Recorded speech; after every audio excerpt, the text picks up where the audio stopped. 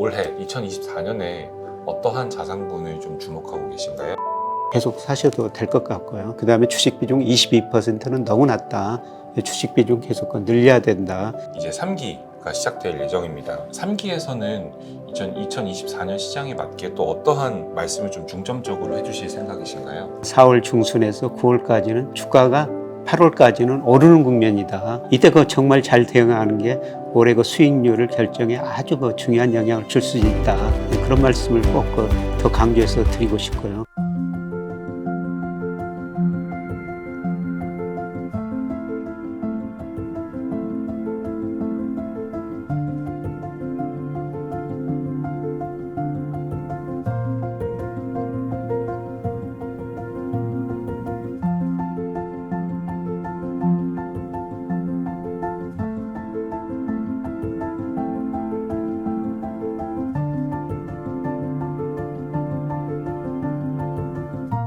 앞에서는 교수님께서 우리나라가 현재 저성장 국면에 돌입은 했지만 경제 위기는 아니다라고 말씀 주셨고 2월, 4월의 조정이 조금 좀 빠르게 예견된 조정이 왔고 미 대선을 앞두고는 또 한 번 비중 조절을 해야 된다라고 말씀을 하셨습니다. 이렇게 전략을 짜면은 여기에 맞춰서 교수님께서 말씀하신 조정을 예견하셨을 때는 비중을 좀 미리 줄여놓고 현금 확보를 해야 되는 시기인 걸까요? 예, 그러니까 투자 목적 기간에 따라 다를 것 같습니다. 예, 그런데 저는 1, 2년을 내다보고 주식 투자를 하신다면 계속 주식 비중 유지하는 게 좋다고 생각하는데요. 지금 명목 GDP로 추정해 보면 올해 적정 주가 코스피가 3,000이 넘어요. 예, 그런데 지금 2,500, 2,600 안팎에서 움직이니까 저평가됐다는 거죠. 예, 그래서 중장기적으로 내다보고 투자하신다면 주식 비중을 계속 가지고 가셔도 된다는 겁니다. 예, 그러나 우리가 아직도 박스권이고 대세 상승 국면이니까 조정 국면에서는 조금 더 현금을 많이 가지고 계시는 게 좋을 것 같죠. 사실 작년 말이나 올 연초에 현금을 조금 늘려놨으면 주식을 조금 더 싸게 살 수 있는 기회가 있을 거라는 겁니다.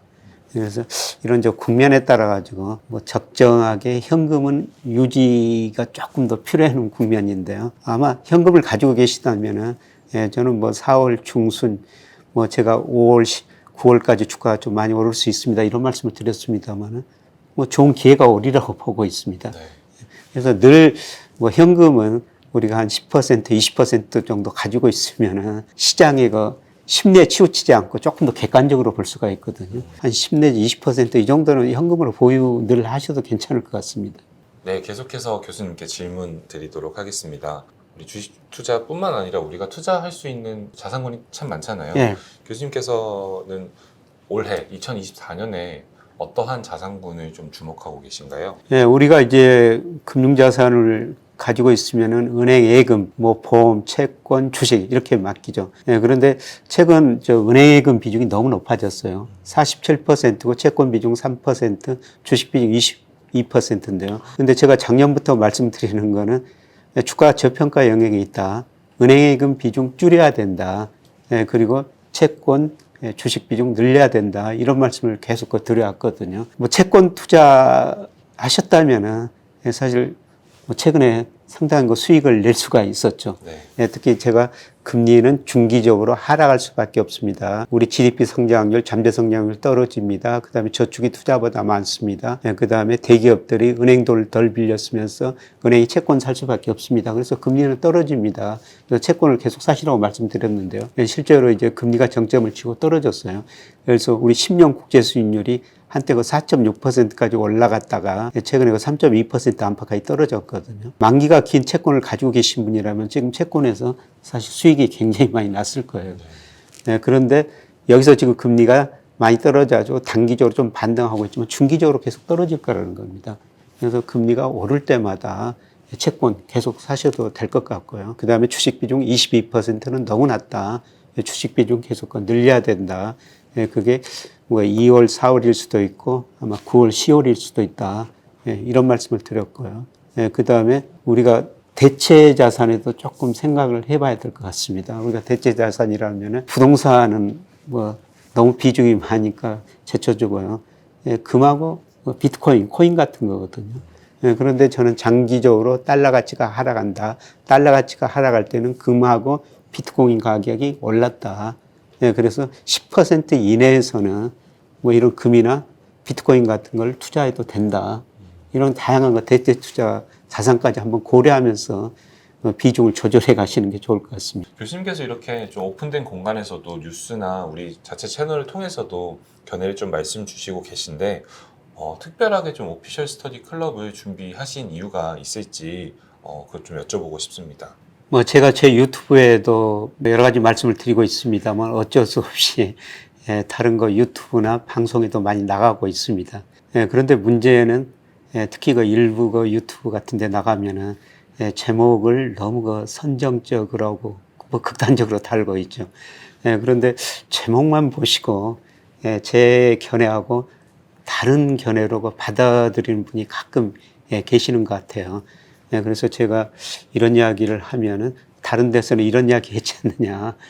그런 말씀을 하시는 분들도 가끔 계시는 것 같습니다. 그래서 제가 그 유튜브를 하고 스터디를 하는 거는 어떻게 하면은 제 견해를 보다 정확하게 뭐 나타낼 수 있을 것인가. 이런 의미에서 조금 계속 좀 더 자주 공부하고 뭐 제 유튜브에서 다른 방송에서 하지 않았던 뭐 이런 조금 더 세부적인 말씀까지 드리고 있습니다. 그리고 제가 그 제 유튜브를 하고 그 다음에 오피셜 스터디를 하면서 뭐 장점 중에 하나라는 것은 뭐 다른 방송 같은 때는 예를 들어서 어제 거의 수출입 동향이 발표되는데 그 방송은 한참 후에 뭐 방송할 수도 있거든요. 시일성이라는 게 증권시장에서는 굉장히 중요하죠. 그래서 제가 뭐 일평균 수출입 동향이나 경상수지, 통계청의 산업활동 동향, 뭐 선행뉴스 이런 걸 발표됐을 때요. 즉각 여러분한테 전달할 수 있는 이런 장점이 있는 것 같습니다. 벌써 교수님하고 함께 공부하는 오피셜 스터디 클럽이 4달이 거의 지나가고 있고 이제 3기가 시작될 예정입니다. 이번 3기에서는 2024년 시장에 맞게 또 어떠한 말씀을 좀 중점적으로 해주실 생각이신가요? 뭐 거시경제 지표에 대해서 더 많은 신경을 쓸 거고요. 이번에 시작하는 거는 4월 중순에서 9월까지는 주가가 8월까지는 오르는 국면이다. 이때 정말 잘 대응하는 게 올해 수익률을 결정에 아주 중요한 영향을 줄 수 있다. 그런 말씀을 꼭 더 강조해서 드리고 싶고요. 가능하면은 애널리스트들 다양한 보고서도 보면서 그 상승 국면에서 업종별 수익은 굉장히 차이가 날 거거든요. 그래서 과연 어떤 업종이 더 수익을 낼 수 있을 것인가. 뭐 이런 거를 조금 더 세분해서 조금 말씀을 드리고 싶습니다. 기대가 되는 것 같고 교수님과 투자의 길을 좀 같이 동행한다라는 생각에 참 든든한 것 같습니다. 또 여쭤보고 싶은 게 지난 3, 4개월 동안 1기, 2기 이렇게 오피셜 스터디 클럽을 운영하시면서 좀 보람된 순간이 있으셨을까요? 예, 제가 뭐 채권 투자 많이 하십시오. 이런 말씀을 드렸는데 어떤 분이 채권 투자해가지고 수익을 많이 내셨다. 예, 그리고 어떤 분들은 뭐 제 사이클이 꼭 맞지는 않습니다만은 뭐 거기에 대응해가지고 주식에서 돈을 벌었다. 예를 들어서 삼성전자 싸게 팔아가지고 최근에 8만 원 그 근처에서 팔아가지고 수익을 많이 내셨다. 뭐 이럴 때 상당히 제가 좀 보람을 좀 느끼죠. 그리고 제가 매달 한 번씩 오프라인 강의를 하는데요. 그 강의 때마다 거의 빠지지 않고 참석하셔가지고 열심히 공부하시는 분 보면은 제 마음이 참 뿌듯합니다. 네. 같이 이렇게 공부하고 있기 때문에 참 좋다. 그런 생각이 들었었습니다. 네. 저도 같이 공부하는 입장에서 굉장히 큰 도움을 받고 있는데요. 이번에 이제 1기, 2기를 수강하신 분들은 이미 좋은 걸 아시겠지만 새로 2월 달부터 시작하는 3기 어떠한 과정들과 어떠한 콘텐츠로 매달 운영이 되는지 간단하게 말씀 주실 수 있을까요? 우선 주간 경제라고 그래가지고요. 제가 매주 월요일 날 제가 토요일 날 일요일 날 공부를 해가지고 미국 시장 보고 공부를 해가지고 주간 경제 전망을 하거든요. 그래서 지난주에 우선 무슨 경제 지표가 발표됐는가, 그 의미가 뭔가, 이번 주에 무슨 경제가 지표가 발표되고 그 의미가 금융시장에 어떻게 다르게 해석할 수 있을 것인가. 가능한 제가 경제 지표 자체만 이야기보다는요, 이 경제 지표가 우리 주식이나 채권 수익률에 어떤 영향을 미칠 것인가 같이 연결해 주고 있습니다. 주요 경제 지표가 발표됐을 때 VOD를 통해 가지고 여러분한테 제 견해를 전달해 주고 있고요. 또 속보 형식으로 뭐 중요한 경제 지표가 발표됐는데 사실 제가 늘 이런 자리에서 그 녹화를 해야 되는데 그런 시간이 부족할 때는 즉각 제가 자료를 만들고 녹음해 가지고 전달해 드리고 있습니다. 뭐 이런 내용들을 조금 더 깊이 있게 이번 3기에서도 말씀을 드리도록 하겠습니다. 이거 하나만큼은 이번 3기에서는 꼭 다 들었으면 좋겠다 하는 게 있을까요? 주간 경제를 보면은 월별로 코스피 채권 수익률, 그다음 환율 같은 거 예상치를 적어놓는데요. 사실 이거는 굉장히 쉽지 않은 일입니다. 제가 가지고 있는 월간, 일간 모델에서 그 예측치를 정해놓는데 예측 오차가 있을 수밖에 없습니다. 그래서 그거를 좀 매주 조정해 가고 있고요. 그런 의미에서 주간 경제 꼭 한번 보시고요. VOD. 제가 어떤 경제 지표가 발표되면은 우리가 일간지 언론에서는 그 당시 상황만 이야기하거든요. 네. 그런데 거시적인 흐름 속에서 지금 우리가 경기 사이클상 어디 국면에 있는가, 이걸 가지고 우리가 자산 배분을 어떻게 해야 될 것인가, 이런 말씀을 드리니까요. VOD 내용도 관심을 가지고 좀 들어주셨으면 좋을 것 같습니다. 네, 감사합니다. 오피셜 스터디 클럽 이제 멤버분들의 이런 조회수 같은 걸 확인할 수 있는데 생각보다 가장 높은 게 뭔지 아세요, 교수님? VOD 아닌가요? 네. 잘 모르겠습니다. 이게 물론 그 주식시장 관련 전망들도 굉장히 높은 조회수를 가지고 있는데 또 거의 버금가게 혹은 좀 더 높게, 저희도 그래서 좀 의아했는데 이게 주식 얘기가 아니라 교수님께서 왜 이런 인세를 기부하고 계시는지, 교수님께서 올해 목표는 어떻게 되시는지, 교수님께서 그냥 일상적인 얘기 해주시는 거에 사람들이 많이 관심을 가지시더라고요. 그래서 멤버 중에 한 명으로서 요청하는 바로는 강화도에 계실 때 그 전경 사진이라든지 저 궁금해요. 교수님 뭐 MBC 가서는 식사 뭐 하시는지, MBC 구내식당에 뭐가 나오는지도 궁금하고, 교수님 맨날 강화도에 이제 내려가신다는데 주말마다 의리의리한 저택에 사시는 건 아닌지, 혹은 뭐 작은 이런 주택에 사시는 건지, 아파트에 사시는 건지, 그런 것들도 좀 올려주실 수 있을까요? 그런 것들 좀 일상생활 좀 올려드리겠습니다. 제가 부끄러운 일입니다만 우리 명선님께서 제가 학교다가 장학금 내가지고 넥타이 하나 선물 받았다 그런 이야기를 했더니 그 기사 달라고 해가지고 그 기사를 올려주셔가지고 삶에 대해서 좀 이야기할 수가 있었던 것 같아요. 그래서 제가 살아가는 이야기도 좀 앞으로 좀 올려드리도록 하겠습니다. 특히 작년에 직원분들 몇 분하고 같이 그때 채소도 뭐 과일나무, 토마토, 가지 뭐 이런 것도 수박도 같이 심고 그랬었거든요. 올해도 그럴 계획인데요. 그런 모습 담아서 같이 좀 올리도록 하겠습니다. 그런데 절대 대농은 아니고요. 아주 소농이고요.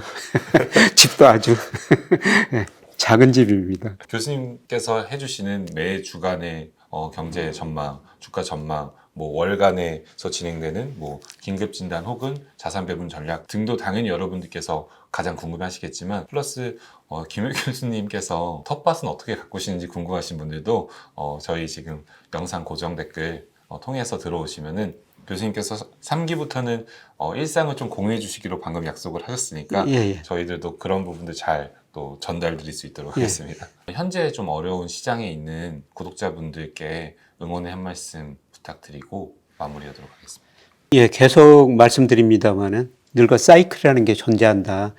그러나 지금은 경기 확장 국면이다. 물론 구조적으로는 저성장 국면 들었었습니다만은 경기 순환 측면에서 확장 국면이거든요.